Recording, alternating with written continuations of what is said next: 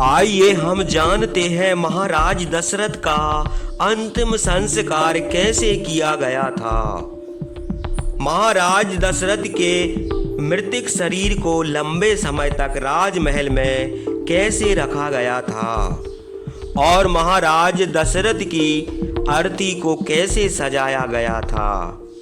महाराज दशरथ को शमशान ले जाते समय किस सामग्री का उपयोग किया गया था। महाराज दशरथ की अंतिम शव यात्रा में तीनों रानियों को साथ में क्यों ले जाया गया था। तो महाराज दशरथ के अंतिम संस्कार का प्रसंग जानने के लिए वीडियो को अंत तक पूरा जरूर देखिए। अगर आप हमारे चैनल पर नए मेहमान बनकर आए हैं तो हमारे चैनल जय करीला धाम को सब्सक्राइब कर दीजिए। अगर आपको हमारी प्रस्तुति अच्छी लगे तो वीडियो को लाइक भी कर दीजिए। तो चलिए वीडियो को शुरू करते हैं। इस प्रकार भरत के रोते रोते वह अंधेरी रात बीत गई और शोक से व्याकुल भरत को देखकर महर्षि वशिष्ठ ने कहा, हे महायशस्वी राजकुमार, तुम्हारा कल्याण हो। व्यर्थ शोक करने से कोई प्रयोजन नहीं है। अब विधि पूर्वक अपने पिता का अंतिम संस्कार करो। वशिष्ठ की यह बात सुनकर धर्मज्ञ भरत ने सावधानी से अपने पिता के प्रेत कर्म करने का प्रबंध कराया।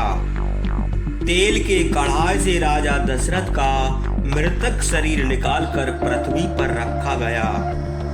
कई दिनों तक तेल में रहने के कारण उनका मुंह पीला पड़ गया था, तो भी मालूम होता था मानो वे सो रहे हैं। अनेक रत्नों से अलंकृत रथी पर राजा दशरथ की लाश रखकर दुख से व्याकुल भरत यह कहकर रोने लगे, राजन, मैं विदेश में था, मृत्यु के समय आपका दर्शन न कर सका। आपने इस अवसर पर धर्मज्ञ रामचंद्र और महाबली लक्ष्मण को वनवास देकर यह क्या किया। महाराज, पुरुष श्रेष्ठ रामचंद्र की अनुपस्थिति में मुझे दुखित को छोड़कर आप कहाँ जा रहे हैं। राजन, आप परलोक को सिधार गए और रामचंद्र वन को चले गए। फिर भला आपकी राजधानी की रक्षा कौन करेगा। आपकी मृत्यु से पृथ्वी विधवा हो गई है, इसकी शोभा जाती रही। आपकी राजधानी चंद्रविहीन रात्रि के समान मुझे मालूम होती है।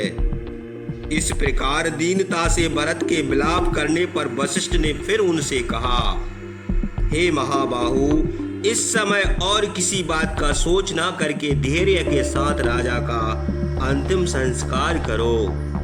वशिष्ठ की यह बात सुनकर भरत ने जो आज्ञा कहकर ऋतुज, यज्ञ करने वाले ब्राह्मण, पुरोहित, शांति पाठ करने वाले ब्राह्मण और आचार्य वशिष्ठ, वामदेव आदि से शीघ्रता करने को कहा। तब ऋतुज और यज्ञिक और ब्राह्मणों ने राजा दशरथ के अग्निहोत्र गृह से सब प्रकार की अग्नि निकालकर विधि पूर्वक हवन किया। राजा की लाश रथी पर रखकर सब लोग बड़े दुख से ले चले। लाश के आगे बहुत से मनुष्य सोना, चांदी, फूल और कपड़े लुटाते हुए चले। चंदन, देवदारू, अगरू, साल और पद्मक की लकड़ी से चिता बनाई गई। ऋतुजों ने चिता पर अनेक प्रकार की सुगंधित वस्तुएं छोड़कर राजा की लाश रख दी। उसके बाद ऋतुजों ने चिता में आग दे दी और शास्त्र के अनुसार साम वेद के मंत्रों का विधि पूर्वक पाठ किया। राजा की स्त्रियां पालकी और रथ आदि पर सवार होकर शमशान को गईं। उनके साथ बहुत से बूढ़े सेवक भी गए। ऋतुजों ने और कौशल्या आदि प्रधान रानियों ने बड़े शोक के साथ चिता की प्रदक्षिणा की। चिता पर राजा की लाश देखकर सब रानियां शोक से व्याकुल होकर दीन भाव से रोने लगीं। स्त्रियों के रोने का शब्द इस प्रकार सुन पड़ा मानो सैकड़ों क्रोची चीख रहे हैं। रानियों ने बड़ी देर तक विलाप करके सरयू के तट पर जाकर मंत्री, पुरोहित और भरत के साथ राजा के लिए जल दिया। फिर सब लोग नगर को लौट आए और बड़े दुख से पृथ्वी पर सोकर 10 दिन व्यतीत किए। 10 दिन बीतने पर भरत ने 11वें दिन एक दशह किया और पवित्र होकर 12वें दिन सपिंडीकरण किया। ब्राह्मणों को अनेक प्रकार के बहुमूल रत्न, बहुत सा धन, अन्न, वस्त्र, सोना, चांदी, घर, वाहन, दास, दासी और सैकड़ों गायें दी। 13वें दिन प्रातःकाल महाबाहु भरत शोक से व्याकुल होकर रोने लगे। वे अपने पिता की चिता के पास अस्थि संचय के लिए गए और इस प्रकार कहने लगे, पिताजी, आपने मुझे जिन रामचंद्र को सौंपा था उनकी अनुपस्थिति में वन को चले जाने पर मुझे क्यों त्याग दिया?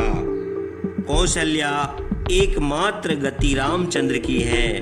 वे वन को चले गए। उन माता कौशल्या को अनाथ करके आप कहाँ चल दिए? भरत अपने पिता की चिता में जली हुई हड्डियां, भस्म और जला हुआ वह स्थान देखकर शोक के मारे रोने लगे। रोते रोते मूर्छित होकर इंद्रध्वज के समान पृथ्वी पर गिर पड़े।